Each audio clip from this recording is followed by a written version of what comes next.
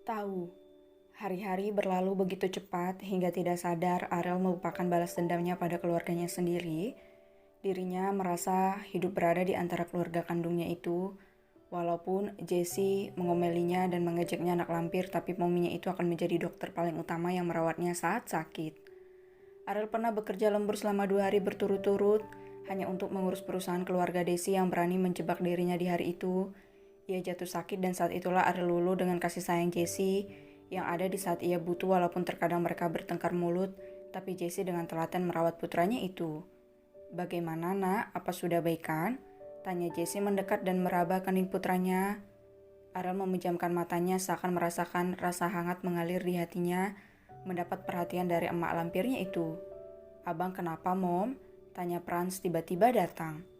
"Biasalah abangmu demam, 2 hari tidak tidur," jawab Jessie membawa putranya duduk dan memberikannya bubur. "Makan bubur lagi? Haha." Franz mengejek abangnya yang sudah 4 hari makan bubur. "Diam." Ariel dan Jessie membentak. Franz yang terdiam seketika, wajahnya berubah masam sambil meminum jus. "Makan bubur ini sayang, terus minum sup ayam ini. Kamu suka kan?" Jessie mengelus kepala Ariel. Ariel mengangguk lalu dengan patuh makan bubur. Ramon duduk di samping Franz lalu menyenggol bahu putra bungsunya itu sambil bertanya lewat sorot mata. Seolah pertanyaannya, "Ada apa dengan abangmu?" Begitulah yang ditangkap oleh Franz. "Demam?" jawab Franz dengan santai hingga dapat tatapan tajam dari Ariel. "Jangan terlalu memaksakan diri nak, ini semua salah papi yang membuat anak papa Roja berani berbuat gila seperti itu." Ariel melihat Ramon seketika. "Papi tahu." "Tentu saja. Pak tua itu datang ke papi memohon ampun padamu yang mempersulit perusahaannya," jawab Ramon. Franz sibuk makan tanpa berniat ikut campur. Ia lebih suka berpetualang daripada disuruh membaca berkas perusahaan abangnya itu yang seperti obat tidur bagi Franz. Jessie mendengarkan pembicaraan Ariel dengan Ramon. "Aku tidak akan mengampuninya, Pi. Dia berani menjebakku dan untuk itu mereka harus membayar mahal semua itu," jawab Ariel dengan tegas. "Papi mengerti nak. Lakukan apa saja yang menurutmu benar," jawab Ramon tersenyum tulus karena tahu putranya sangat cerdas dan kompeten. Jessie mengelus kepala Ariel hingga Ramon menaikkan sebelah alisnya. "Tumben kamu akur dengannya sayang?" tanya Ramon merasa heran. "Entah kenapa aku merasa kerinduanku begitu besar semenjak anak lampir ini tiba, Pi. Aku merasa anak kita ini adalah anak kita yang hilang dulu," ucap Jessie membuat Ariel terbatuk-batuk seketika. Jessie dengan cepat mengambilkan air minum lalu memberikannya pada Ariel. "Bagaimana nak, apa udah baikan?" tanya Jessie.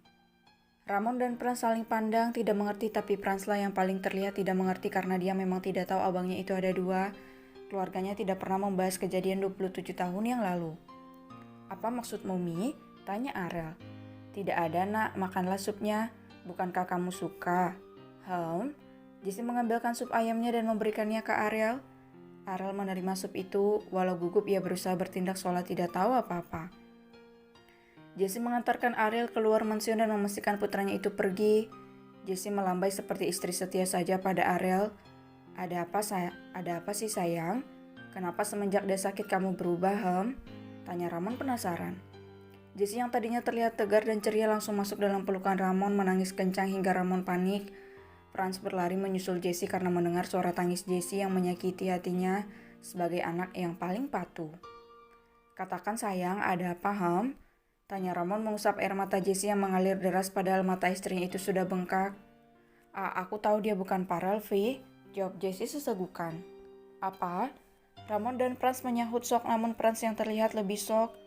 "Bagaimana itu bukan abang, Mom? Mommy jangan bercanda, dia abangku, abang Farel yang sombong dan pelit." Sekarang gak pelit lagi sih." "Apa maksudmu sayang?" tanya Ramon.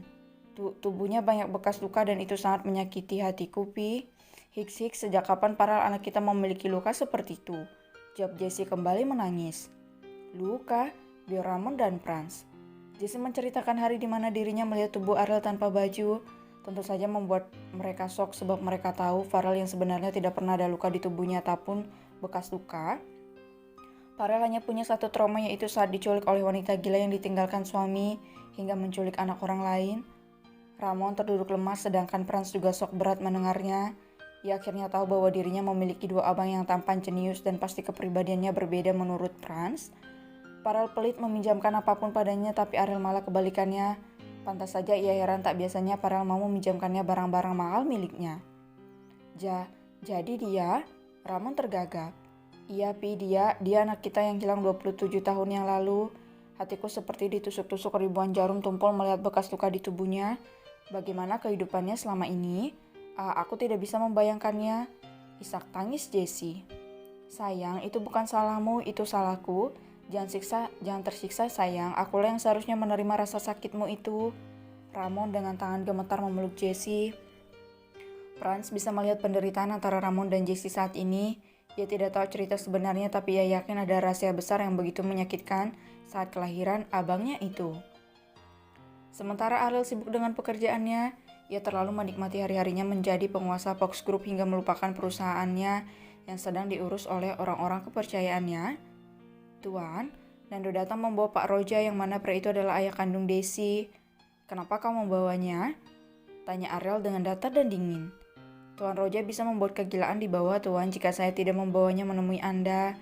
Jawab Nando dengan sopan di depan Roja. Ia sengaja bersikap sopan pada Ariel supaya siapapun tidak ada yang berani meremehkan tuan mudanya. Cak, Ariel membuang muka. Pak Roja mendekati Ariel namun masih dengan jarak aman. Tuan, saya mohon ampuni saya. Saya mohon jangan persulit perusahaan saya lagi hanya karena Tuan tidak mau membantu saya. Kau berani meminta hal itu padaku? Kau sadar apa yang kau katakan? Tanya Ariel dengan dingin. Saya sangat tahu apa yang saya katakan Tuan. Saya punya keluarga yang harus saya hidupi dan hanya Anda yang bisa membantu saya. Jawab Pak Roja dengan pasti seakan tidak ada rasa bersalah. Ariel tertawa keras, hal itu malah membuat Nando berdecak akan keberanian Pak Roja. Nando sangat tahu bagaimana sifat Ariel yang sama kejamnya dengan Farel dulu sebelum mengenal Sila.